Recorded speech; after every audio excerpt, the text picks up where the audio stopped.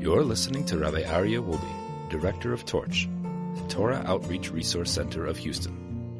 This is the Jewish Inspiration Podcast.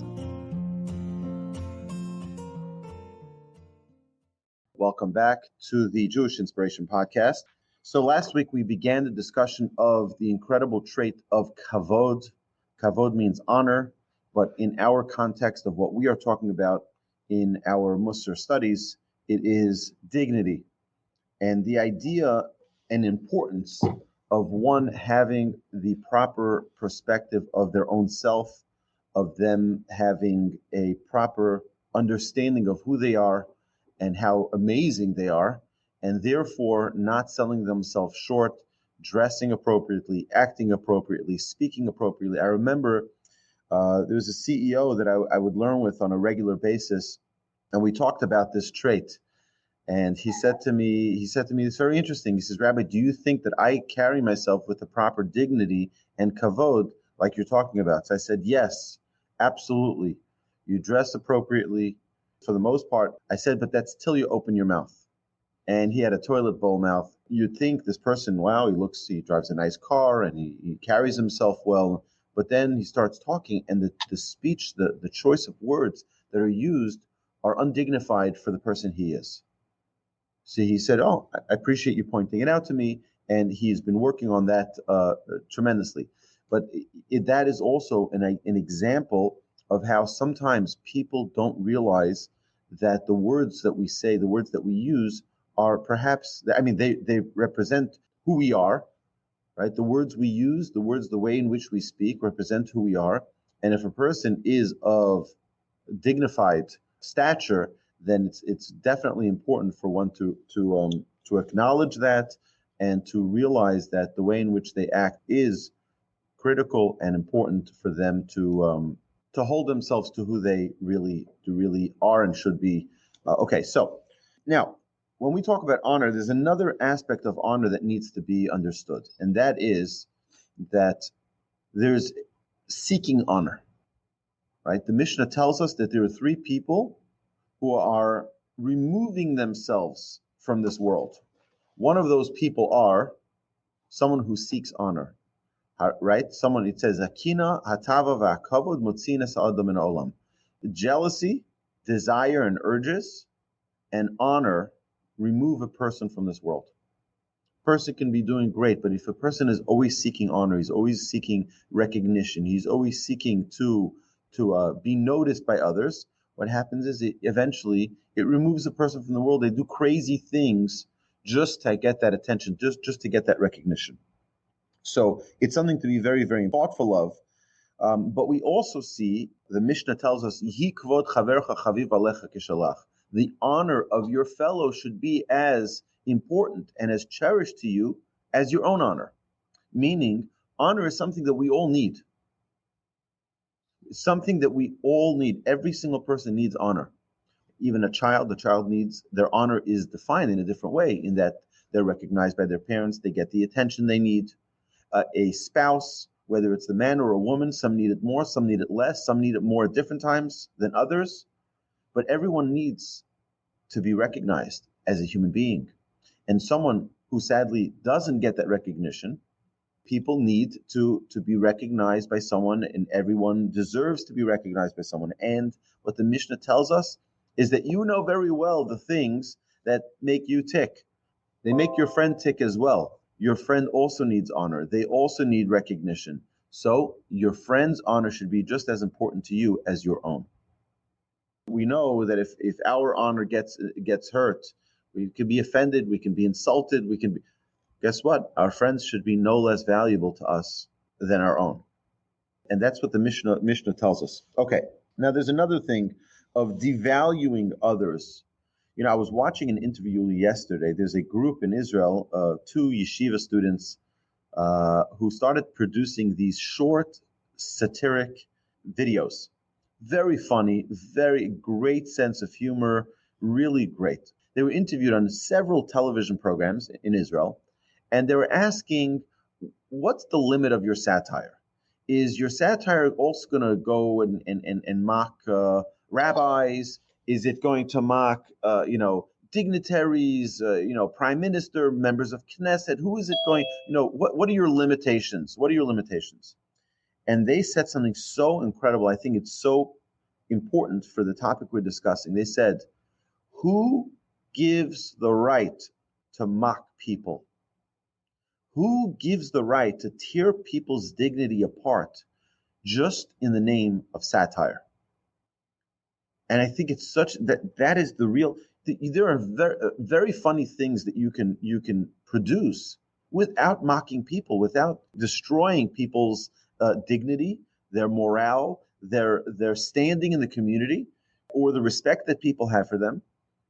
You can have funny things. You can create funny content without destroying people. And I wish in our American comedy world that we can do that without destroying a president or their family or a congressman or a senator or a mayor or a governor and it's on every side. We have to realize that every person has a father and a mother that thinks they're the greatest in the world. Every person has a spouse or a child or a friend who thinks that they're really, really special.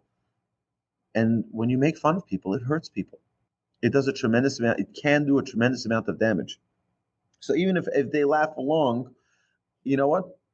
How much would we tolerate if people make fun of us and mock us? Even if it's a good laugh, it hurts. And that's something that the Torah warns us about. The Torah warns us about we don't, just because you're called a newspaper, New York Times, Time Magazine, or any other paper, doesn't mean you have the right to say something called Lashon Hara, which is a biblical prohibition repeated in the Torah up to 17 times, the prohibition of speaking negatively about another person. In the name of news, we can do anything. No, you can't.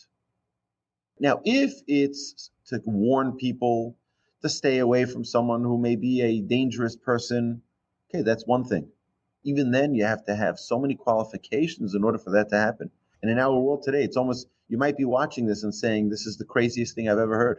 What do you mean? It's news. Or people say, well, it's true. Well, Lashon Hara is untrue. Slander is untrue. Then you have Motzi Shemra. Motzi Shemra, which is just defamation on falsehood. You're defaming someone on falsehood based on a false premise. So these are things we have to be very, very careful about because every human being has a dignity that needs to be protected.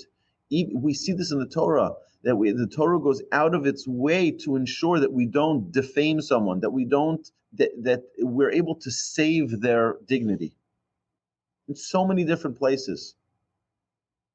I don't want to get into that too much, but the Mishnah warns us that those who seek honor runs away from them. It means we have to be very, very careful.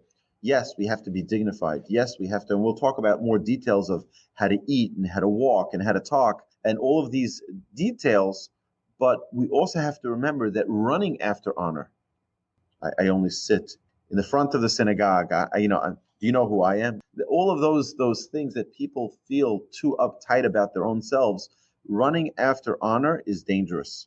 And the Mishnah warns us about that. If we run after honor, honor will run away from us. We have another commandment in the Torah, which we started on the end of class last week, which was Mipnei Seiva Takum. Before an elderly person, you shall rise up. You shall rise up. You should stand up for them. And then it says, Vehadarta pnei zaken. And you shall show honor before the elderly. It means it's not only to stand up, but also show honor. And the Talmud that we've been learning at the Thinking Talmudist series on Fridays, we have gone through this whole piece of Talmud in Tractate Kiddushin 32a, b, and we've gone into tremendous detail of the honor that we are required to show for someone who is an elderly person. Why? We discussed this, that it's important for us to show the proper respect, the proper regard and dignity for someone who has lived life. Right? 70 years is a lot of years, a lot of experience, a lot of trials and tribulations, a lot of challenges. And yet this person has made it to an elderly state. we respect wisdom. And if you see someone who's older, just ask them about life. What's important to focus on? What's important? You're all youngsters in your, looks like you're in your early 20s. It's important to look to people who've had the experience of life to help guide us. So what else do we see? We see Joseph, my favorite character in the Torah. Joseph passed away 10 years early because he acted with a high honor state. It's called ribonut. He allowed his father to bow to him. His father Jacob, the great holy patriarch Jacob, bowed down to his son Joseph, and Joseph allowed it.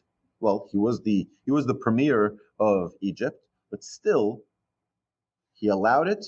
God knows the thoughts of every heart. God knows the intention, and therefore he was punished 10 years. He was supposed to live to 120, instead he lived to 110. So we see that this is a dangerous place. This idea of honor, seeking honor, is something we need to be very, very careful about.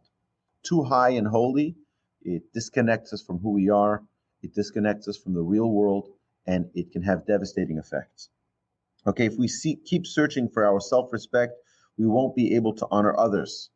That means only one who honors themselves can understand and honor someone else appropriately. If someone doesn't love themselves, they can't love someone else. Right? We say, "Ve'ahavta l'reacha kamocha." You should love your fellow like yourself. This is in Leviticus, right? The commandment in the Torah, you should love your fellow like yourself. Well, if I don't love myself, I can't love other people. So we have to really take care of ourselves. We can't honor other people if we don't have self-honor and self-respect and self-dignity. So we have to work on ourselves first, to love ourselves, to have the proper respect and dignity for our own selves before we can honor other people.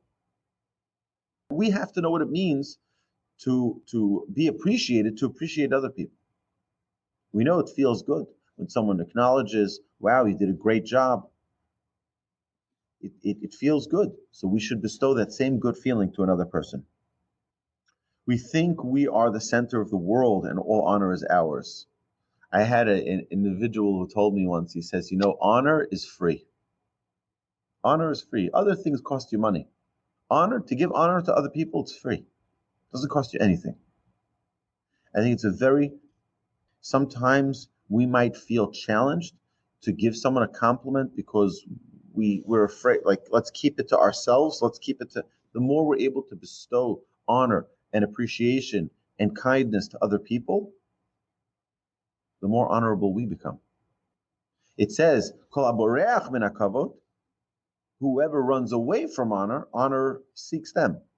It has a different effect. Okay, if we keep searching for our self-respect, we won't be able to honor others. We need to learn how to honor. And that is very, very important, that we have to learn how to honor according to each person. The Talmud says, what's an example of the proper honoring of your father and mother? So the Gemara says, I'm going to take you to a non-Jew whose name was Dama ben Asina.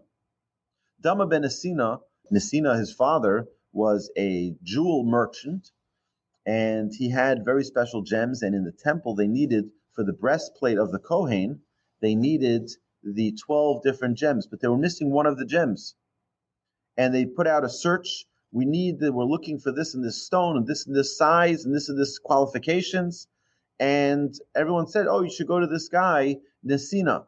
So they go and knock on his door, and Dama, his son, opens the door, and they say, hey, we heard that you have such and such gem. They said, indeed, we'd like to purchase it. He says, okay, hold on one second. He goes to the back, and he says, I'm sorry, I can't help you right now. My father is sleeping. Father is sleeping, so wake him up. No, I don't wake up my father. Don't wake up my father.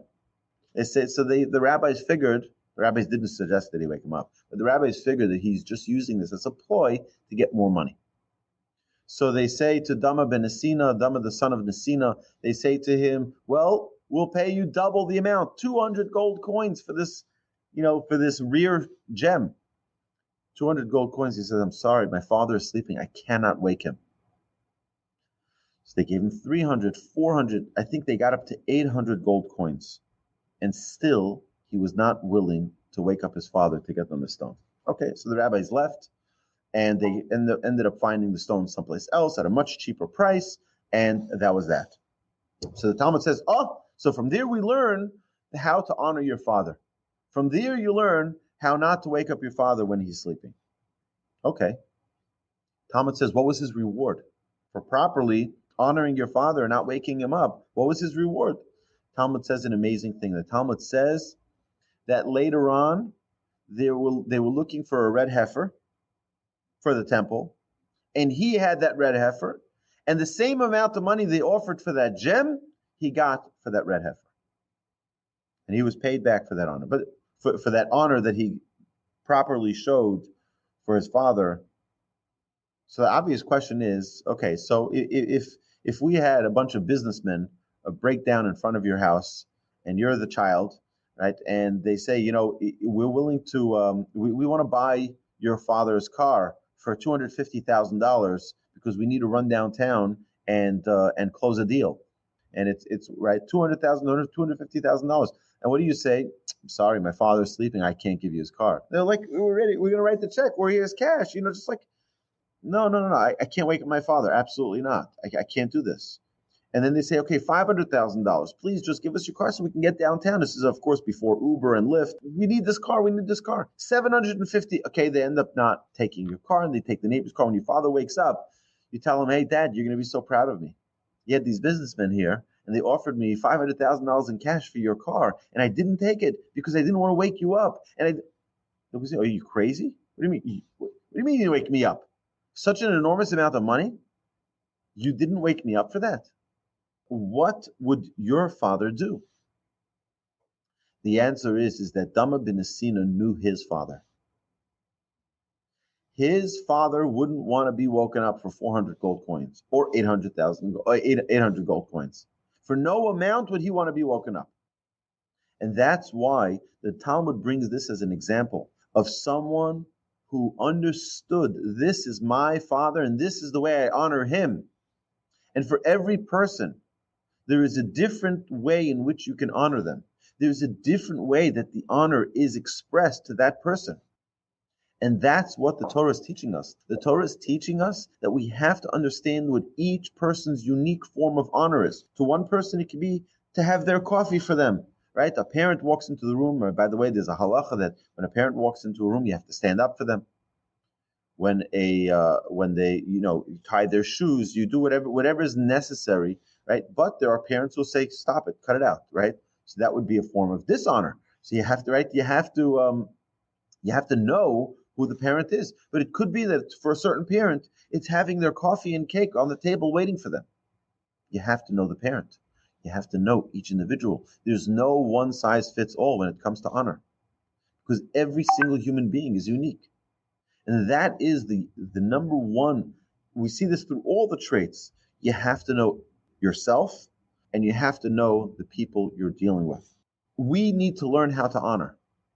We need to learn who it is that we're honoring, and then appropriately distribute the honor the right way to the right person.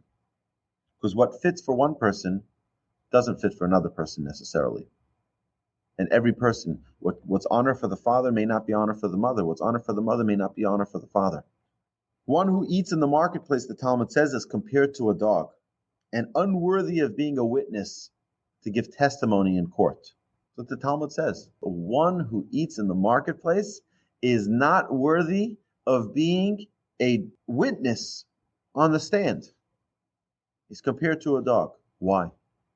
Because a dog who eats in the marketplace has no self-worth, no self-dignity, no value for itself. They eat wherever they are. They eat in front of people. They're chewing on that bone. They couldn't care less.